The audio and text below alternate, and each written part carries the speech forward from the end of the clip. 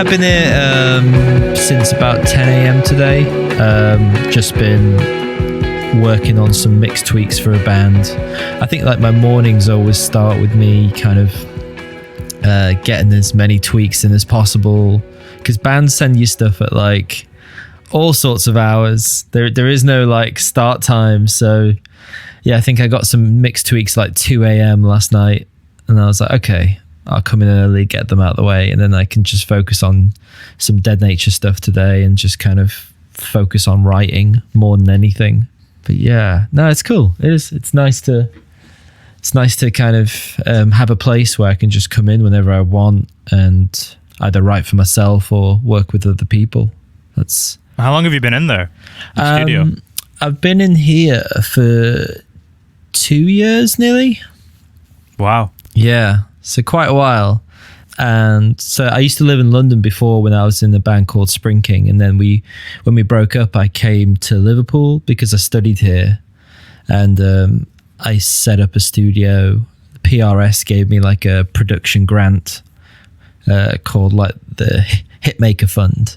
Using that money, I set up this studio and just kind of try to make a place where bands could come in and record whenever they wanted and just continually work on music, basically. Kind of just like a wee hub. Yeah, like a wee hub. Yeah, without like it. Yeah, yeah, exactly. I'm trying to get this thing out of the way. The pop shield. It looks fun. Feels weird not being able to see someone's mouth when you're talking to them on a video. I think you can get like Joe Rogan has one of those ones that comes down from the ceiling or something, you know. Oh yeah. That guy. One day. Yeah. Yeah, he's a funny guy. Yeah, he really is. I don't really watch his podcasts, but the things some of it's interesting, but some of it's a bit not my thing. Well, I remember I kind of got into him like 2017, which was before, like it was still huge, but it was before it kind of went biggest podcast in the world type thing. Okay, yeah. And it does feel like it's gotten a little bit more extreme, maybe would be the term. Yeah. A little bit more out there sometimes. Yeah. And politically it can be a little bit. I guess it's good to be challenged sometimes in that sense. You know, it's good to kind of have to listen to things that you don't always agree with. That's kind of, for me, that's something I've been learning over the past few years, because like a couple of my friends, like it's weird because I've got friends from all walks of life and some of them have very different views to me, but we're still friends. And obviously as long as they're not extreme or like, you know, it has no like sources of hate attached to it or anything, but like some of the, you know, it's just really interesting talking to people and actually having to have a discussion with someone where you genuinely don't agree with each other and you're not going to raise your voices and turn it into a shouting war or decide, well, I'm not going to speak to them ever again because I don't agree with them in a you know, I think it's interesting too if you know them as a person, because then you can view what they're saying in context of who they are, and you can always kind of see why they've gotten to that place, and you can understand why they have that pattern of thinking. Exactly. Yeah, there's an element of, you know, when you know someone quite well and then they have differing opinions to you, that, you know, like, I don't know, I know a lot of people who maybe wouldn't I guess want to talk to anyone that has differing opinions to them. We kind of all fall into these like strange bubbles sometimes.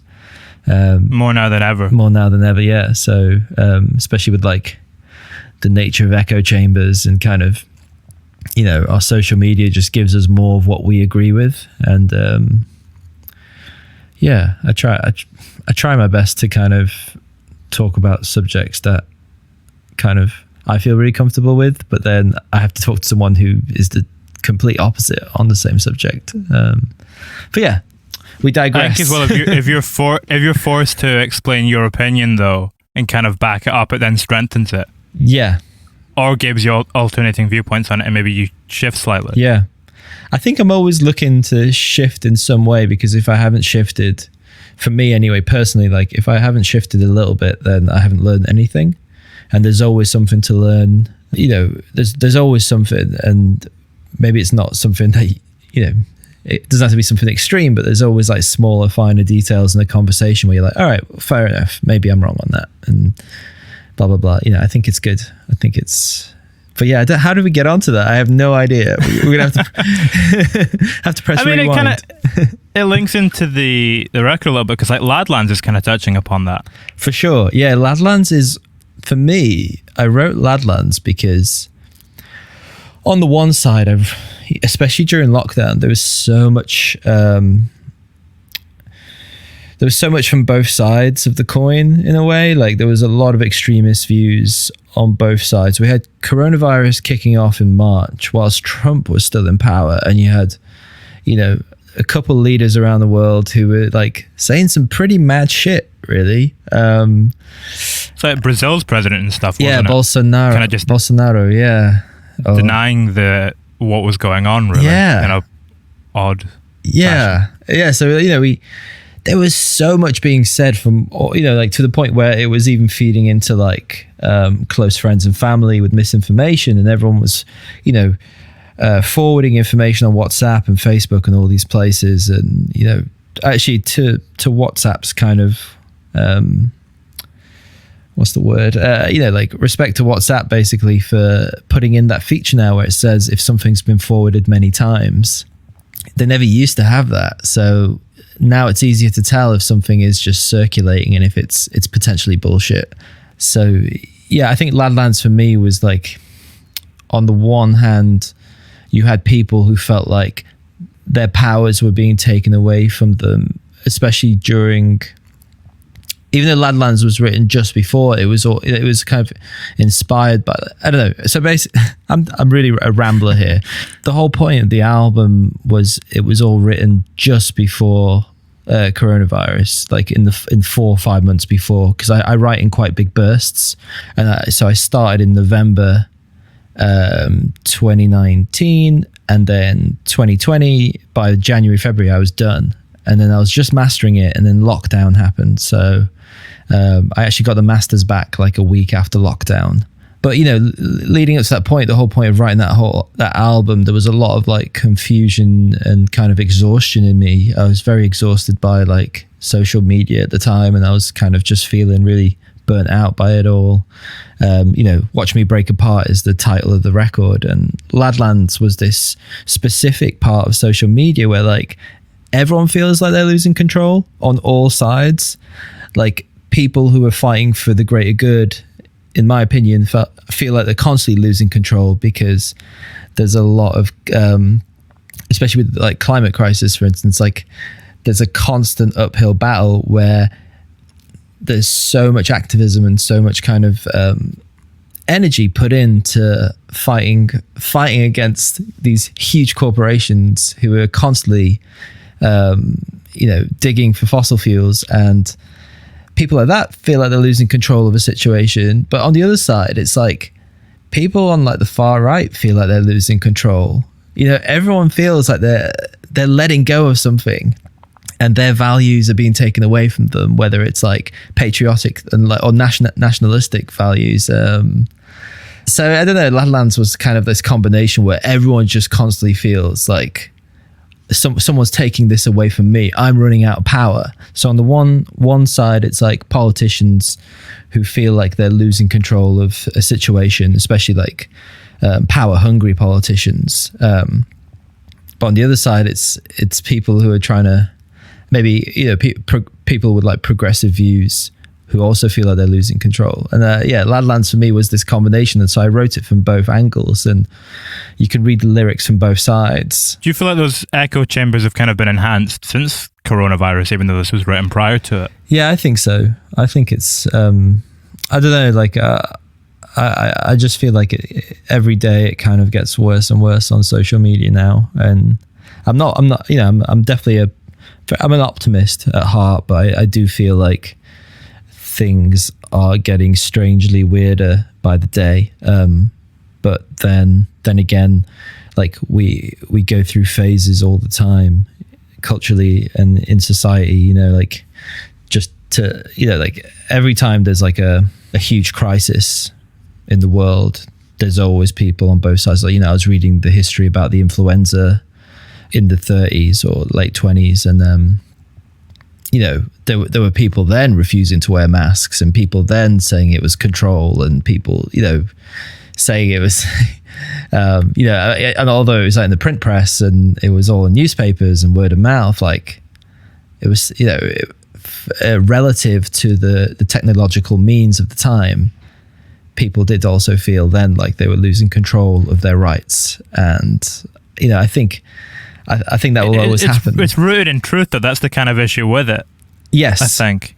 Yeah, it's just that when you look at it, people have lost control, and we have kind of brought in these draconian measures, and it's understandable why you see people have that reaction to it. Totally. It's reacting in fear. Yeah, totally. I think we're always reacting relative to what's available to us at the time. So like right now, the measures are really extreme at times. And some of the things that they're trying to put in place, especially when they were talking about COVID passports, like I don't think that's... I've got some issues, yeah. Yeah, I've got some issues with that, but like that's relative to where we're at. And I think always through society, there's always going to be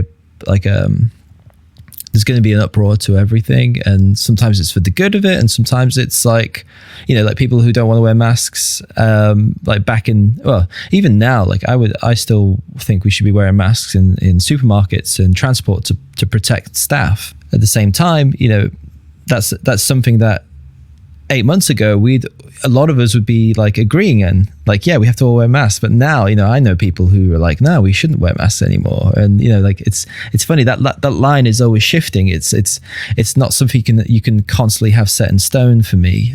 I feel like you always have to check where you are relative to that line, and that line is always changing based on things evolving month by month, even. I mean, it's the same with anything. Even if we come back to it on like a kind of broader political level, people who would have been considered maybe slightly like center left and progressive 15 years ago would now be considered center right. Yeah, because it keeps shifting. As we keep progressing, you have to move with it, or else you just get left behind. Totally. And you can I can understand how people can very quickly feel isolated from like an opinion they were once like strongly attached to, or because it drifts so far that line is just constantly changing, and you either have to kind of check yourself every time there's like a major improvement in society or a major incident in society or whatever. You've always got to make sure, like, well, which what are my values, and constantly having to, for me anyway, I'm always questioning them and making sure that they're current in a way, like they fit with like the changes in society. And that's it's an interesting thing, especially as an Arab Polish person. I'm half Arabic, half Polish, born in Manchester but then raised in West Africa. Like I have my parents are both immigrants to this country. Neither of them, my mum couldn't speak English when she came here when she was 18. So for me, like, especially around Brexit, there was a lot of identity questions that I had for myself, and also a lot of frustration, obviously, just in general towards Brexit. But then on a deeper level, the realization that there will be families like my mother and father who met in this country at a young age who won't get the same opportunities that I did to settle here. I mean, wasn't it like Priti Patel bringing in kind of immigration controls that would have prevented her own parents from immigrating here fully? Yeah. It just, but like, madness. I have friends or like friends of friends or family friends who are from the Arab community, and I've got friends in the like Pakistani community and the Indian community, and some of the elders are pro-Brexit, and it's like I always have to have that conversation with especially a lot of elders in kind of like Asian backgrounds and Middle Eastern backgrounds, like that I'm kind of related to either as friends, but yeah, it's like this idea that it's kind of shocking to a young I guess I wouldn't call myself a foreigner in a sense, but like I don't necessarily, it's an identity question for me. It's like, am I English, or am I Polish, or am I Lebanese, or am I where do I see myself in all of this? And but that line's always changing for me, just on an identity level. It's like, well, I'm constantly questioning myself. Like even last night when we were watching the game, and my Spanish friend says to me, "So are you English? You know, like who are you supporting right now?" And I was like, "Well, I'm supporting England." And he was like, "Well, are you English?" And I said, "It really depends. It really depends. You know, it's hard. But yeah." For me, that's all wrapped up in my music. It's all part of that. It's like this constant like confusion, and you know, I think I find myself having to dissect myself a lot and then rebuild depending on the conversations I have. You know, sometimes I don't know. I seem to surround myself with people who like to chat a lot, and we can just talk for hours about stuff like this, and it kind of. Sometimes it's good, but sometimes I end up walking home going, "Oh man, I've got to think. Got some shit to work through. I've got some shit to work through. I've never thought about how I feel about, it was only about a year ago that, I really sat down and said, well, where are you from? Like, what do you identify as? And, it took a while. It took a lot of thinking to really, figure it out, because I'm a bit of a cocktail, and it just, I don't know. It's, but yeah, anyway, yeah, sorry. So, yeah, I do ramble. But yeah, Ladlands for sure is part of this idea that everyone feels like they're losing control to an extent. And, I don't necessarily know what the solution is to that, but I'm just observing, whether it's family members who feel like they're losing control of things, like my mum being from Poland but living in England, she always she misses home sometimes, but then she's from a Catholic family but married into a Muslim family. It's like there's a lot of my family is quite a mix, really. It's a really kind of quite a large melting pot of different people, so that I guess maybe I end up, these questions arise a lot more than it may arise for other people. I don't know. Did creating this album bring you any answers, do you think, that you weren't previously aware of? Yeah, so I definitely think I've really stopped caring about and I know it's kind of a cliche, but like it's actually a really hard thing to do, like to actually stop caring about what other people think. This record was just me doing what I wanted to do. I've just come out of like a garage rock band, like Spring King was like this garage rock band on a major label, and we had loads of success. And there was, there's definitely expectations of what I will continue to do. And I think to an extent I've continued in the same way, because I was the main songwriter. I produced our records. I mixed our records. It's going to sound pretty similar to an extent. It's the same ears. I'm still using the same speakers that I mixed all our records on. I haven't changed these speakers since I was 18 years old. So it's like, it's going to sound pretty similar. But at the same time, I was trying to just write songs I really, really enjoyed writing, and just work on them for the pure pleasure of it. And at times, I've sent them to people and maybe they're like unsure of them or whatever, but I've always wanted to make music where I do it for the pure kind of pleasure of it. And I think that's where I'm at now. It's like I've totally realized that dream of just doing it, and doing it because you love it. And I think when I started Spring King about 7, 8 years ago, it was because I'd listened to Ty Segall, and at the time he had so many records on Spotify, and some of the music was amazing and some of it was like, I wouldn't listen to it. And but I always wanted to do that. I was like, I just want to write music and just have record after record that people can like listen to if they want to, but whatever, like as long as I'm doing it for the love of it. But I think in Spring King I slowly felt a bit trapped, because as you get signed and as you get picked up, you start to have the whole campaign trail, and you start having to, it's a difficult infrastructure to do that in. Yes, 100%. And I had a great time in the band, and wrote a lot of songs I'm proud of. But now Dead Nature is just like, well, I'm a bit older. I've definitely, I've toured and I've seen loads of great places and met a lot of amazing people.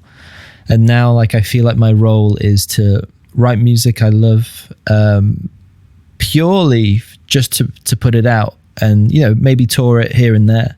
But then the other main aspect of my life is to record with the musicians and help them out. I get a lot of bands in here who've never written a press release, have no idea how to release a song like in an effective way.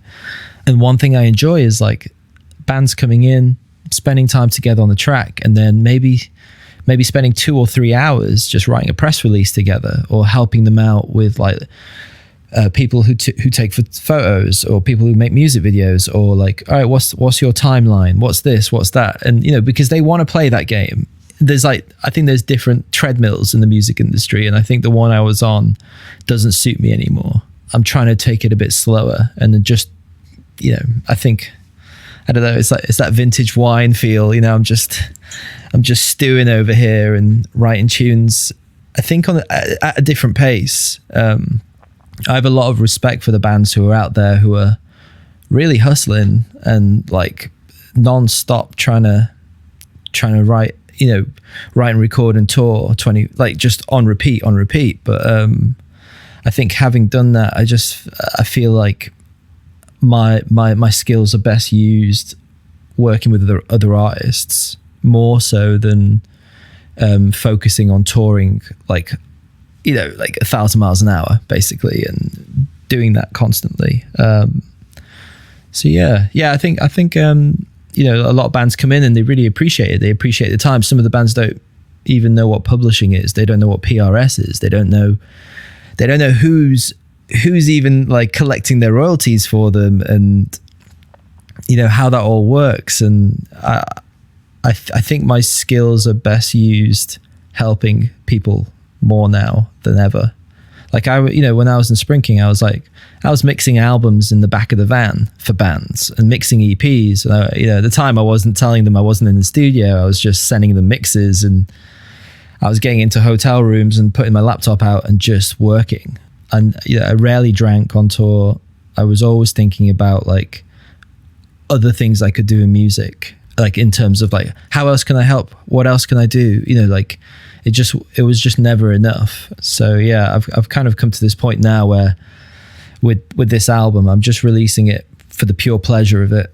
And I'm fortunate to have like a good team on board who like really love the tracks and want to push them. And it's a self-release through Dead Nature Records, which has been like a risky kind of financial investment, but it's something I want to do because I want to do it completely off my own back. And I don't want to get tied up in any record label deals or anything like that. I don't know. There's a lot of bands doing it as well. There's a lot of bands self-releasing these days, and I think it is a very important route to explore. Maybe not to go down. Maybe it's not for everyone, but it's worth exploring. And I think I try and encourage bands. I say, well, if there's 4 of you in the band, well, why don't you take over socials? You take over like the management stuff if you don't have a manager yet. Like really structure the band into like a well-oiled machine. Like, why do you have to always rely on people? If people currently aren't interested, or you can't find the right person to jump on board, you are able. And in Spring King, we all had like certain roles. So I think it's important. I think it's important for bands to kind of like realize that the power is in them as well to be able to do things. It's more about whether you want to do it or not. It comes back to control a little bit. Yeah, I think so. I think it comes back to control and just understanding where everything is and where everything sits.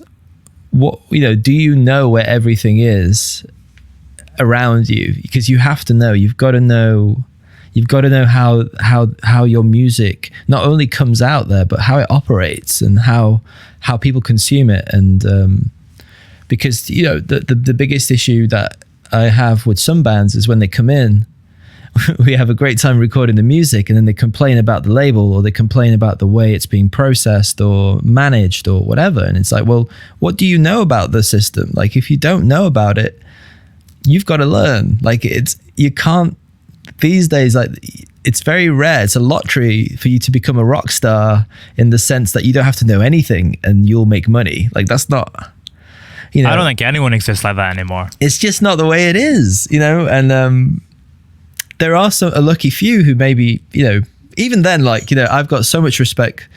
Like, you know, people reference 1975 a lot, but those guys they know a lot, like, and they've always known a lot about how the kind of the system works, because they spent like 10 years grafting before they got signed. They're from like the same hometown as me. You used to play with them a little bit, didn't you?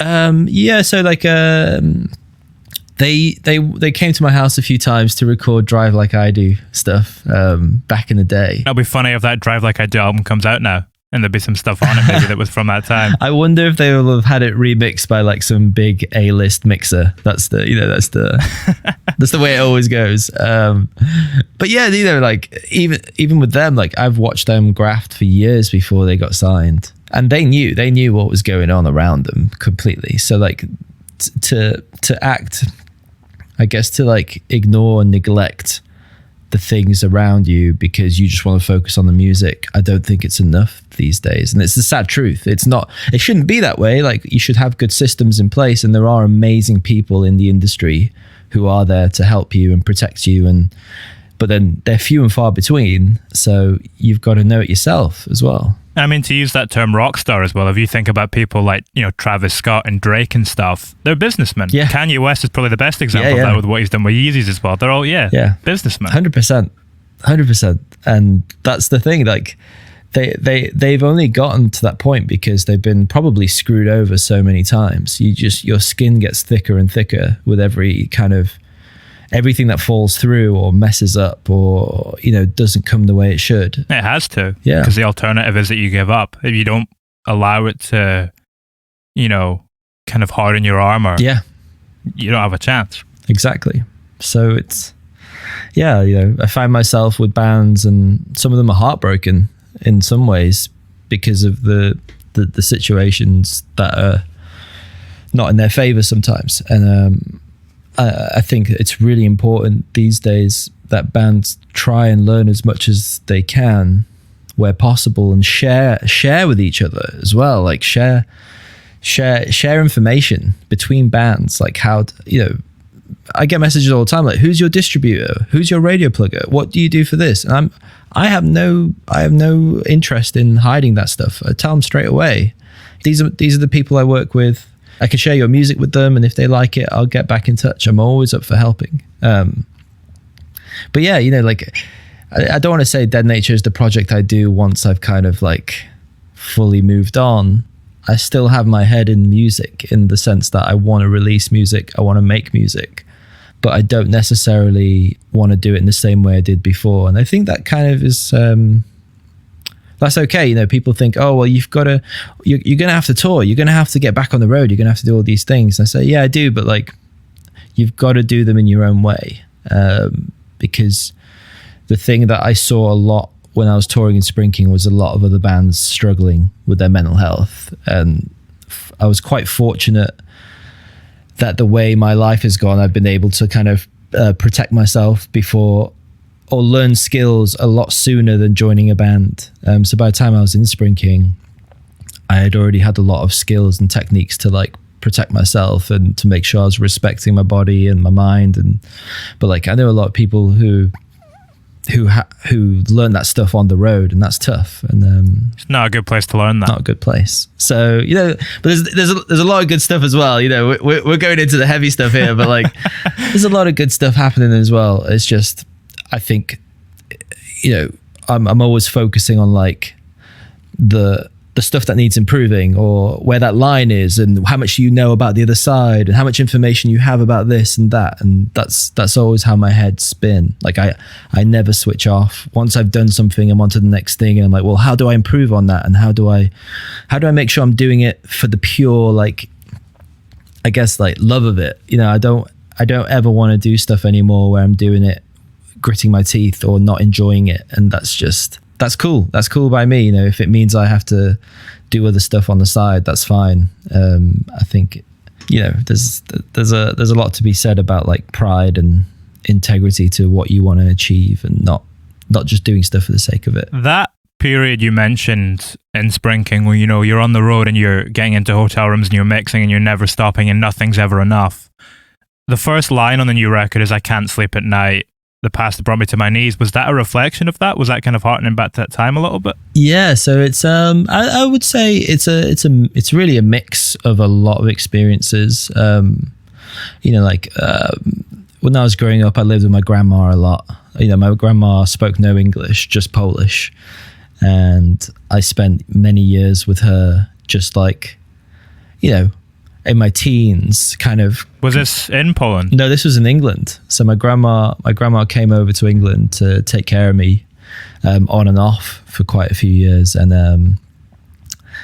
I think that song, that line is just like the amalgamation of my life. And it's like, and to some extent, it's like, it's something I feel like I've overcome, and I just wanted to write about it from the perspective of how I used to feel. It was like, the thing is, like, Watch Me Break Apart was also like this massive reflection of where like I felt the world was going.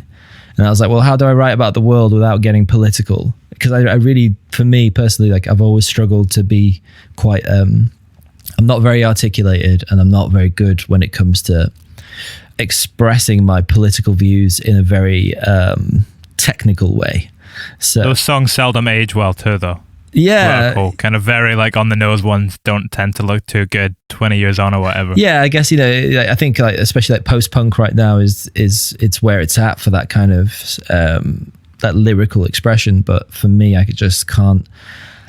can't do it in the same way. So I was like, well, how do I talk about like the world falling apart? To me, it felt like it's late 2019, early 2020. I was like, something's happening here, and it just felt really weird. Like I read a lot of the news, I read a lot of politics, a lot of Noam Chomsky, and I'm kind of like, fuck, something's happening.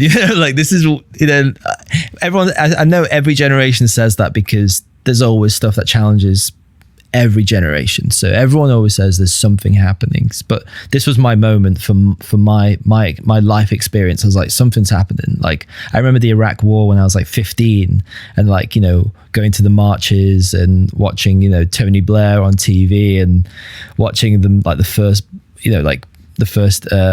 night bombing of Iraq and stuff on a TV, and but I didn't really click with it. I was like, well, it's a war abroad, whatever. Like I was so young, so kind of like I knew it was messed up, but I didn't really understand why it was happening. And then, so when I hit like 2019, 2020, I was like, this is my moment. This is where I feel like everything is like really fucked. Yeah, to put it quite bluntly. But Watch Me Break Apart was all about that. It was just like watching the world fall apart, but also like, how can I write about this in a way that like connects with me and the things I've seen in my life? So yeah, it's definitely an element of Sprinking in the sense like I toured really heavily and I was just exhausted by the end of it. And I was working really hard on our records, but also on other bands' music to the point where I just had to stop. I had to really like, and the only way was to get off the ride. That was the most productive solution, and for me, the best approach to kind of like just having a breather was just. And I think when Sprinking broke up, I didn't take on any work for a couple months. Didn't do anything for a couple months. What did you do in that couple months instead? Well, the interesting thing is like when you're touring,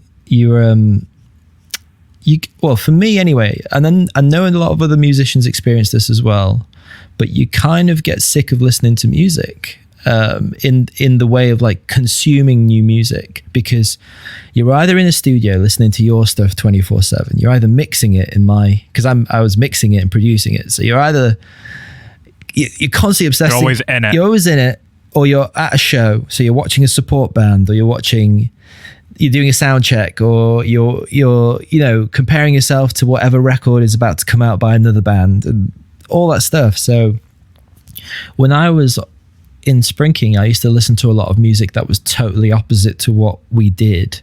I would never listen to like other indie rock bands or garage rock bands, not to the extent people may assume considering you play that genre.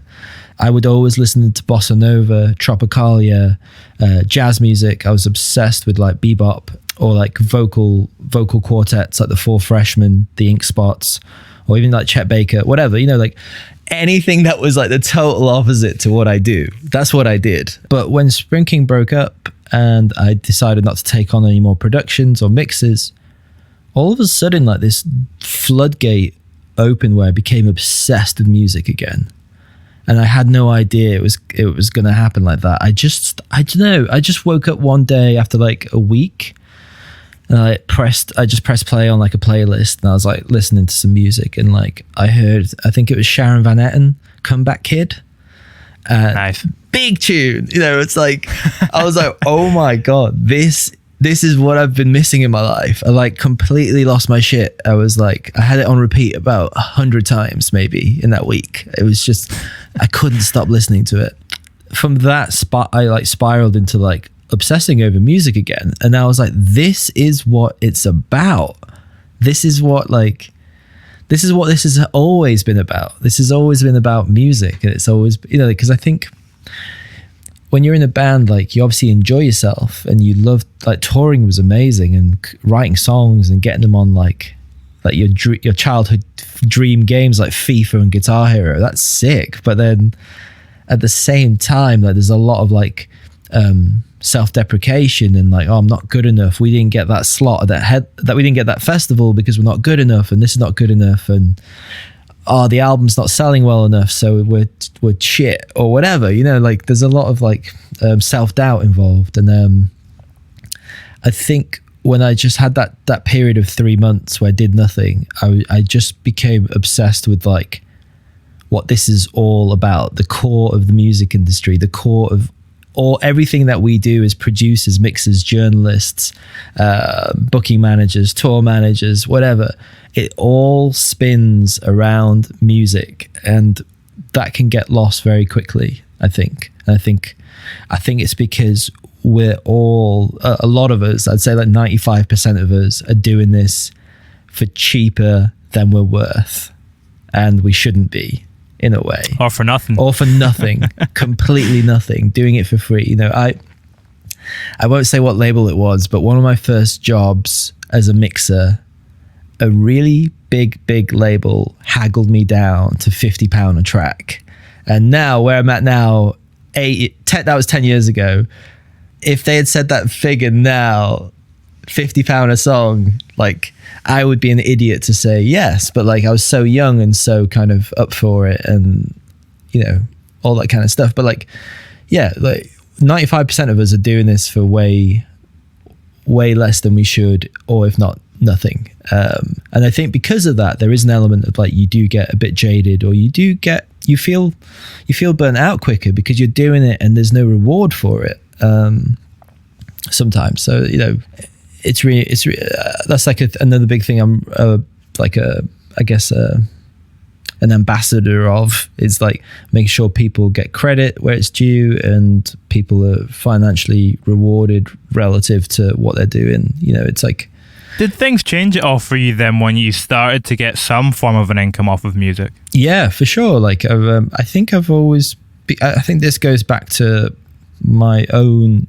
experience as a teenager and like living with my grandma, and you know, like my parents weren't really around for a lot of my teen years, like 14 to 19, you know, like it was in and out kind of thing. And because of that, I learned very quickly to like not be as jaded by things, because like things can be really tough sometimes or challenging. So I think yeah, of course, like being financially paid for something definitely takes the edge off working your ass off on it. And I think when I started to mix bands and produce bands, that's when I really started to feel a lot better, because all of a sudden there was like a transaction in place. So it's kind of like that red notification thing, you know, like when you first start doing music, there is no like transaction. You're just performing and hoping it gets bigger and bigger and better and better and more people come.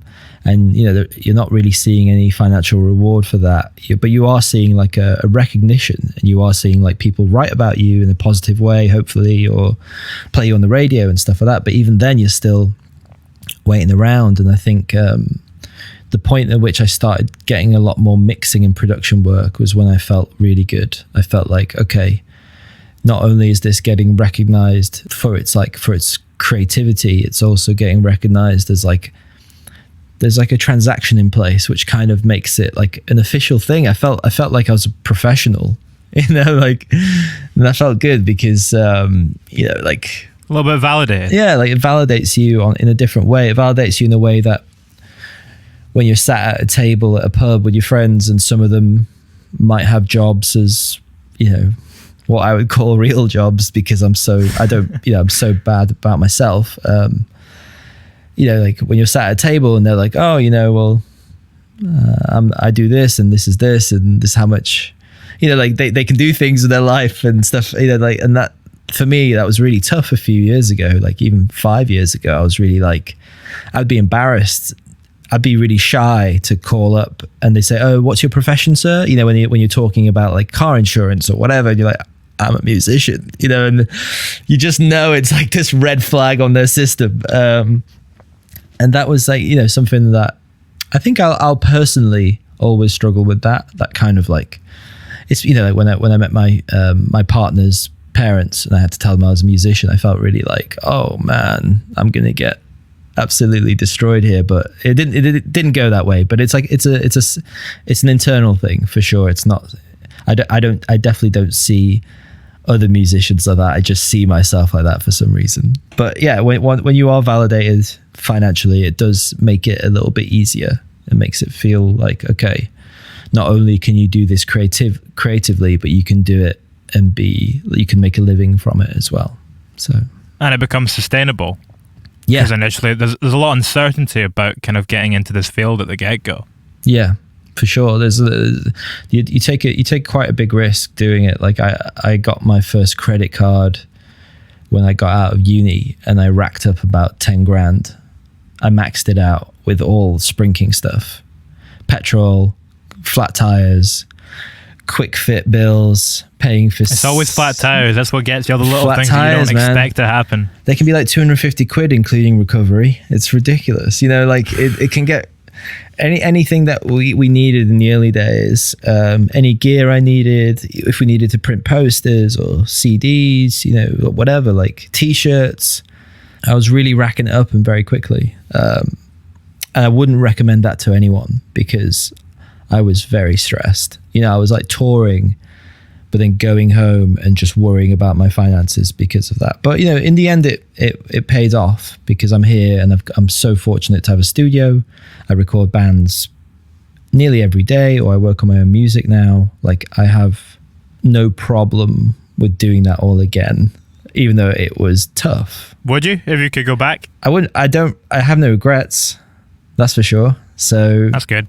If I had the knowledge I had now, maybe I would have done it smarter. But at the same time, maybe it wouldn't have worked, because like sometimes you can't be so smart that you won't take a risk. Like risks are important, and you can't be so smart that you analyze everything to the point where you decide not to do it, because sometimes you got to do stupid things. And I think they either give you like thicker skin, or they give you a learning experience on what not to do, or there's loads of stuff.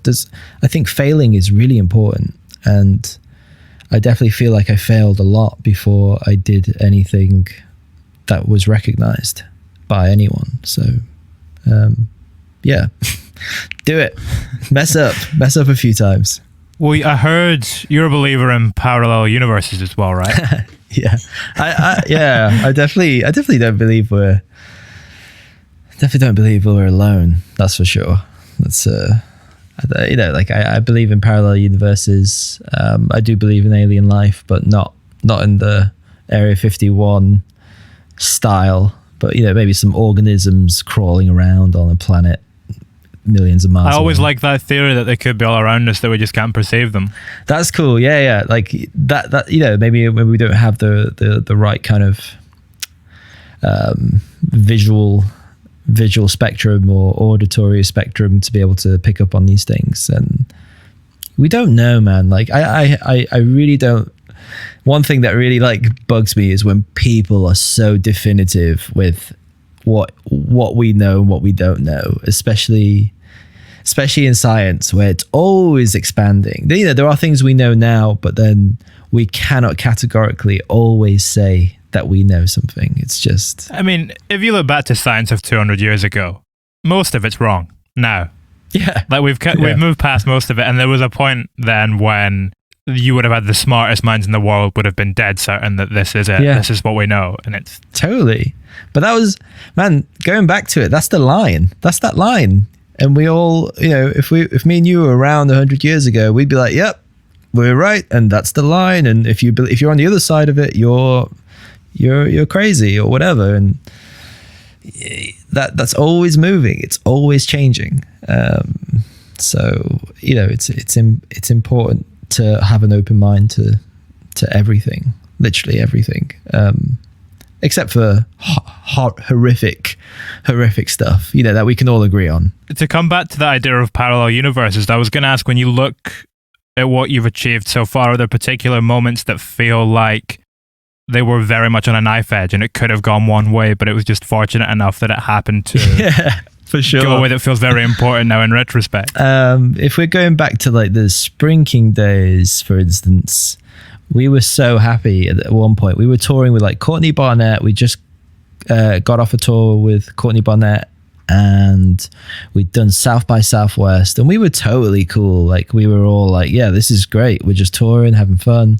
We had no expectations. And that's something we always had. We had like, as in we always avoided having a bucket list. We never wanted a bucket list. And there was a parallel universe moment where like we'd had a couple plays on Radio 1 by this point, and like at one point Zane Lowe was playing City a couple times on Radio 1, and then he moved over to Apple, and then he played it on Beats One radio, and it was like the first song, right? Yeah, the first ever song on the radio. And that was a moment for us where like I was like, this is not real, because it's like I wasn't even tuned in, to be completely open and honest. Like I think it was a really sunny day. I was in my garden and I was with some friends and we were having a barbecue, and That would have been the perfect place to have it on. yeah, I know. We actually, I don't think we even had any music out there. Literally, we didn't have any, like we didn't have a radio out there. Like we were cooking some food, and then I just started getting these texts, and it was like, congratulations. I was like, what the hell is going on? Like, and I just remember like opening my Twitter and the Spring King Twitter, and it was like fucking like 3,000 notifications in an hour. Shit. You know, it was surreal. Like we had people tracking down my mobile number from like papers I'd never even thought would contact us, like Wired Magazine and New York Today and all these like really random places that like I would never associate our music with. And that was a parallel universe moment for sure. The other parallel universe moment was when I was at university, which is really what sparked off my whole songwriting journey. I went to university to study sound technology, which is like really maths heavy, physics heavy, electronics. Like I went to LIPA, which is the Performing Institute here in Liverpool, and it's Paul McCartney's. So he set it up for actors, musicians, sound technology students, anyone in the creative arts world, I guess. Quite a lot of people have come out of there, haven't they? Yes, like Mike Crossy came out of there. So yeah, he's obviously done like 1975 and Blood Red Shoes and loads of other stuff. Like, yeah, crazy stuff. There's definitely a few others, especially from our generation, who are like John Gilmore, who works with 1975, Caesar and Paz, who both do like loads of big indie bands right now. But yeah, so like a lot of us were on the technology course, which was really not music friendly in the sense that we weren't really playing music. We were just recording it and working on other people's music. And we had one module in our final final degree where we could write songs if you wanted. So you can either use the module to record someone else's EP or write your own EP. And I was like, fuck it. I'm going to write some songs I've never written in my life. Really, like I could play drums, but I could barely play guitar. I didn't know many chords. And I decided to write some songs, and one of them was Rivers, which I've just put out again as Dead Nature last week. But back then it was under another band title, which I just rustled up for the coursework submission. So I submitted the coursework and really had a lot of fun making it, recorded a lot of it myself. And it was probably in some ways the prototype for the Spring King model. When I submitted it to coursework about a month after graduating, I got an email from Channel 4 that they wanted to use it for Skins as like the official soundtrack for the whole season.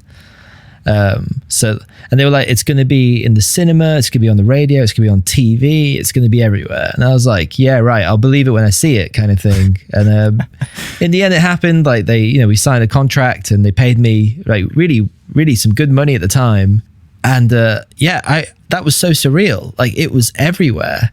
And I hadn't even got a band together for it. It wasn't a band. It was just some coursework. And I had I think every major label in London at the time had contacted me to have a meeting to see where I was going to take it.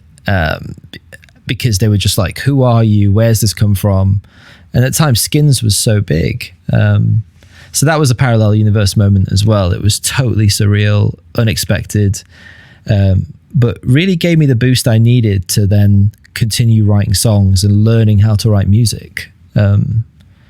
So yeah, much needed and a very important milestone in what then turned into composing full time, basically. Why did you decide to come back to that now then? Why bring it on to this first solo record? I think because for me, it's like a full circle moment. Like I always wanted that song I wanted to be able to play it live, and if I don't release it as Dead Nature, then people won't know it when I play it live. And it did really well back then. Like the track has the original track has I think 300,000 plays on YouTube, which back in 2011 that was a lot of plays, I think, for an indie band.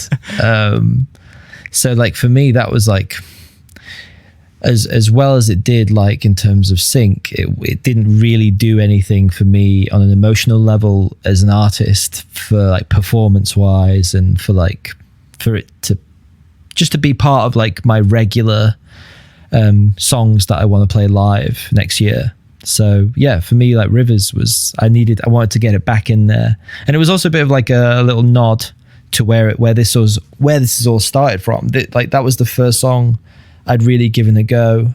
I was, on the sound tech course, loads of incredible musicians on the music course who I was very intimidated by, who were studying music. So they were musicians and I was a sound tech. So I had to record your music and that's all I did. And there was a very clear divide. So for me, that song was me trying it out and knocking down that barrier, and also not feeling, because I used to fail a lot of the technical stuff. I had to resit a few exams because I was never good at the technical stuff, but always good at the actual being in the studio and pressing record and mixing stuff, the ear stuff, basically. Rivers for me is just that full circle kind of thing. Did you have it in your mind from quite early on?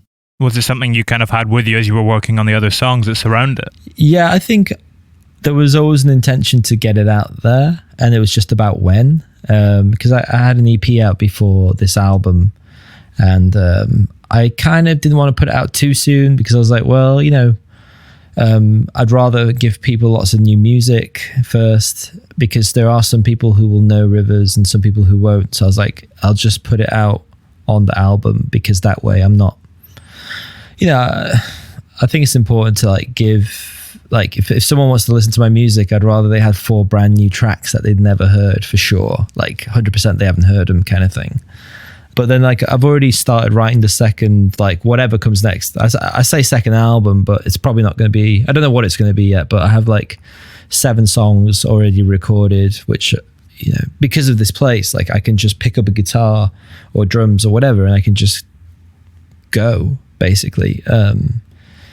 So that, you know, the plan for Dead Nature is to realize that dream of constantly putting out music when and as I wish, as opposed to like waiting on the infrastructure of the music industry to help me. And that's tough, you know, like it means sometimes I won't be able to release things physically because of like the financial constraints of it, but that's okay. Like as long as people can access it in some form, that's what matters to me the most. You know, like I think, I don't know, I feel like it's a bit of a tricky one to say, but then I don't necessarily, I'm not trying to sell myself in a certain way. You know, there's a lot of musicians who on stage have a certain aesthetic, but off stage are in their pajamas on their iPhones, and it's like that there's that like complete disparity or like contrast between their on stage like artistic experience sometimes, or the perception that they want to give, and then versus they're at home. I want to release music that feels quite at home to me. I don't want to, you know, I'm too old to be selling myself in a certain way. That's for sure. You market yourself by not marketing yourself.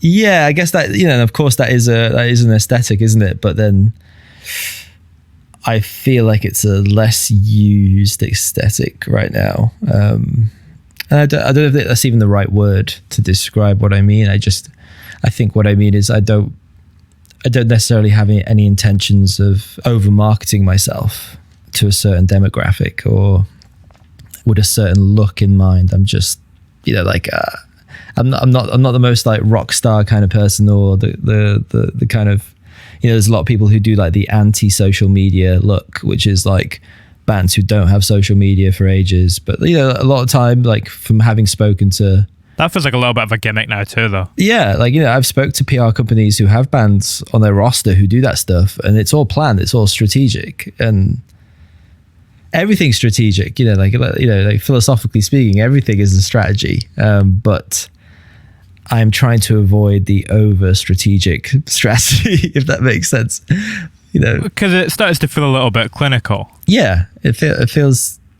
I think, you know, if we're going to say what kind of vibe are you going to give off, what's your aesthetic? Well, my aesthetic is like that kind of like, yeah, like dad vibes in a way. You know, I want to say dad vibes. I'm not even a father, but it feels like dad vibes. You know, like I'm just writing tunes because I really enjoy the process. I'm, you know, like, and yeah, I don't know. Yeah, I get it though. Like it all comes back around to like which treadmill are you running on, and what type of experience in the music industry do you want to have? Because there are people who are playing a very clear game, and there is a game to be played. There really is in certain channels of it.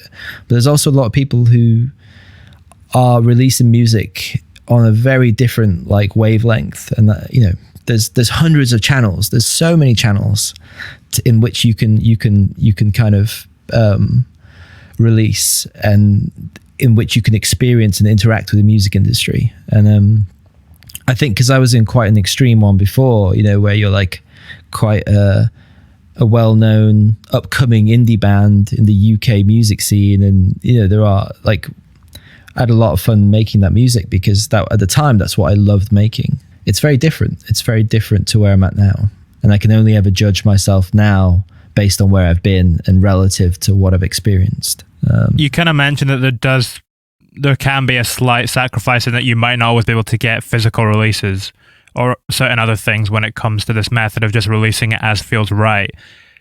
Does that feel like a far better sacrifice to you than having to exist within that very fast-moving infrastructure? Yeah, I think so. I think it's important to, well, depend, you know, this comes literally again, like comes back around to what you want to achieve with your experience of the music industry and your music.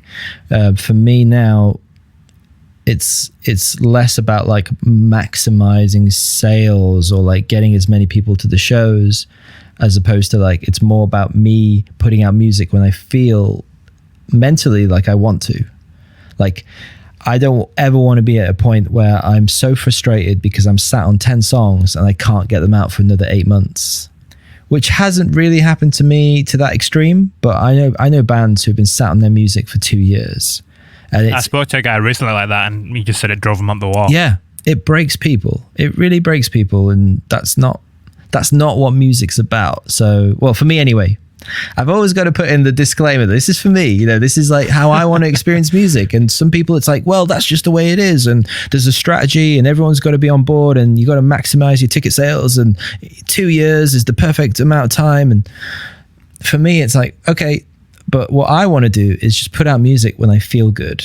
And when it feels good, when the music feels exciting to me, and I'm like, fuck, I want to drop this. I want to put it out there. I mean, in the age of the internet, that feels like a model that makes a lot more sense. Yeah, for sure. Because it's so instantaneous and our interaction with it, it feels like that's a more natural way to go about it. Yeah, I agree. But I think once you integrate things that cost money, then you start questioning the timing of it, because you're like, well, okay, we've just printed 1,000 records. So if we throw out all these tunes now, we're not going to maximize the amount of times we can talk about the record coming out and how many times we can sell it. And all that stuff. So like it comes back round to like, how much are you spending and how much do you want back for what you're putting out there? How much work you're doing, you know? And if you start spending money on music videos and touring and records and you rack up like $100,000 bill, you know, which some bands do, then a lot of bands do. I can understand why the label are like, well, we can't just put this all out there right now because we need to make the most of this because we need a return. And it's not the most sexy thing to talk about money in the music industry, but that's how like labels can sometimes see it. Like, but the way I want to do Dead Nature is I don't want to think about that stuff if I can avoid it. So if it means not putting out records on certain releases, that's okay. That's fine. Because the priority is putting out music when it feels good for you.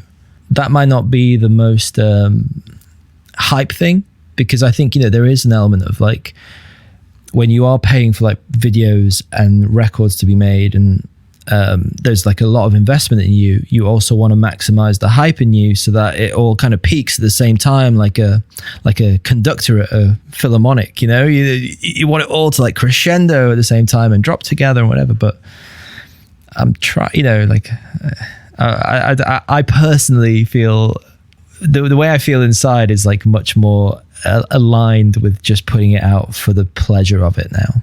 And I'm very fortunate to be able to do that. But I think that comes from making like an income from producing and mixing bands and being able to like transfer some of that energy back into myself and do it in a way that feels good. And I think, you know, like obviously I don't know a lot about Dan Carey, but like what he's doing with Speedy is just incredible, and like being able to put out music like that is just, you know, it's phenomenal really in an industry like this, and it's really cool. But obviously, yeah, if I think if I started releasing other bands' music on Dead Nature Records, maybe that would become a thing where I'd have to like start, and I would feel bad. I don't know how I would feel about telling a band like, yeah, we have to wait another 10 months to put out this EP because of this and this. And I don't want to. You've become the label guy. I don't want to tread into those waters, you know. I'm happy to tell myself that because then I have to deal with it. But you know, I don't know. It depends. It really depends. Sometimes it's for the best, but sometimes like it's just a gamble. Like I really do think it's there's a lot of skill involved. You know, a lot of A&Rs are super talented and very organized at what they do, but there's also still a lot of gambling involved. And there's a lot of times where you release music and it comes out on the same day as the football, or it comes out on the same day as Brexit's announced or whatever, you know, like, and you can't plan for these things all the time. You can move them left and right of it, you know, especially like during the pandemic, there were so many moments where like a lot of bands were rescheduling because there was a lot more important things going on, you know, especially in America and over here, like all the Black Lives Matter protests, for instance, like that was not for me personally a time to be releasing music. That was, you know, a time to kind of actually keep my socials a bit more quiet and let let that space be made available for much more important things. And yeah, you can't always plan as a label for things, and I understand that. So, but you know, that's the risk you take when you are investing in something musically, like on the business side of it. It's really cool to hear what you were saying about the way that you get a certain energy from producing other bands that you can then feed back into working on your own stuff. Yeah. Where do you kind of see that relationship between the two of those things developing in future? Well, it's interesting because I'm so lucky to work with bands because it means I can learn from them. I feel like I've done a lot of recording, but I still learn, and the bands are getting younger and younger. Like I'm working with like bands who've never heard of like Block Party before. Like literally, like there was a band 6 months ago who I said the name Block Party and they'd never heard of Block Party. Or brings a tear to my eye. So like I'm working with younger and younger bands, and instead of like trying to like force, you know, music that's maybe 20 years old on them as a reference, which is cool, you know, like to have a listen, but at the same time it's like, well, I've got to learn, I've got to change the way I think about music and the way I consume it, because I always want to make sure I'm consuming music in a way that's like current and like challenges me and makes me feel, you know, kind of like makes me feel like I'm listening to things I would never listen to. And that I do that a lot more than ever, but I also learn a lot more than ever from the way a lot of songwriters practice or write music or perform music. And for instance, you know, like it's very common these days to like, even in the indie world, to like start a song using Splice as like a starting point and just importing a load of samples in, using them to start your bass line, to start your keys parts, getting the drum sample, and then writing the lyrics over it, and then re-performing everything in your own way and in a more suited way to yourself. And at first I couldn't get on board with that. I thought it was like, it wasn't like authentic or something, but I was like, who the fuck am I kidding? Like the final product sounds incredible coming out of speakers. Like all that energy and effort into doing that, then re-recording it, re-performing it, right? You know, it doesn't matter if it sounds good, it sounds good. And on the one hand, my philosophy's always stayed the same. And I say this to bands when they're arguing, they'll be arguing on the sofa, shouting at each other about whatever. And I'll just say, I really don't care how we get there. I really don't care if we use a real amplifier or not, if we use, you know, a valve amp or not. Like I really couldn't give a damn as long as it sounds good.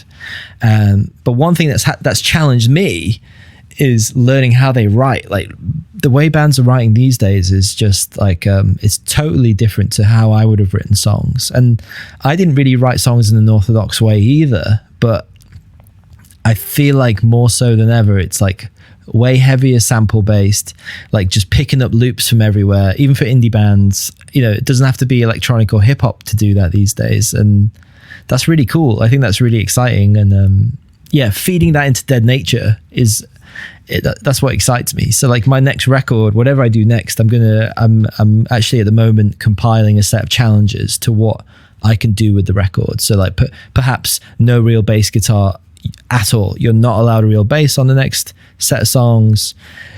Maybe the snare drum always has to be a digital snare drum. It can't be an organic thing. You know, trying like micro things that could change the sound a little bit, and enforcing rules on myself in order to make something different. Because otherwise I feel like my natural comfort zone would always pull me in a certain direction. And I think if I'm to do something different next time, I have to make sure that I do that to myself. That's the only way I work. Like if I'm trying to lose weight or something, I can't have sweets in the house. It's, you know, some people are like, oh, it's all about moderation. You know, I don't weigh anything, and you just got to have it all, you know, in moderation and 3 plates a day. And you know, I'm like, I can't do that. That's just not how my mind works. So I have to set like a structure in order to like achieve things. So musically, I think I'm going to set myself some rules. You know, like drum wise, I can only have like 4 microphones on the drums again. I used to do that back in the Spring King days, but then I slowly, as budgets got bigger and more bands came to me, I started like tracking like 12, 13, too many mics. So I was like, I'm going to go back and I'm going to say, no, okay, so 3 or 4 mics maximum, 3 of them have to be subgrouped down to a mono file before you can mix it, kind of, just like limitations. And yeah, I think from watching other bands work, I think I've picked up on like the use of samples, in the sense of like starting a song by using other people's samples as a starting point, and then getting rid of them and then replacing it with something of your own. So yeah, we'll see how it goes. But like, I do learn a lot from bands.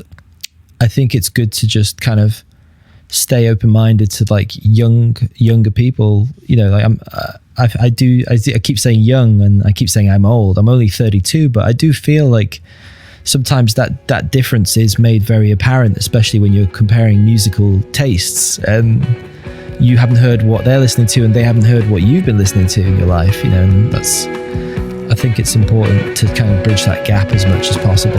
Yeah, it's a challenge, but it's well worth it.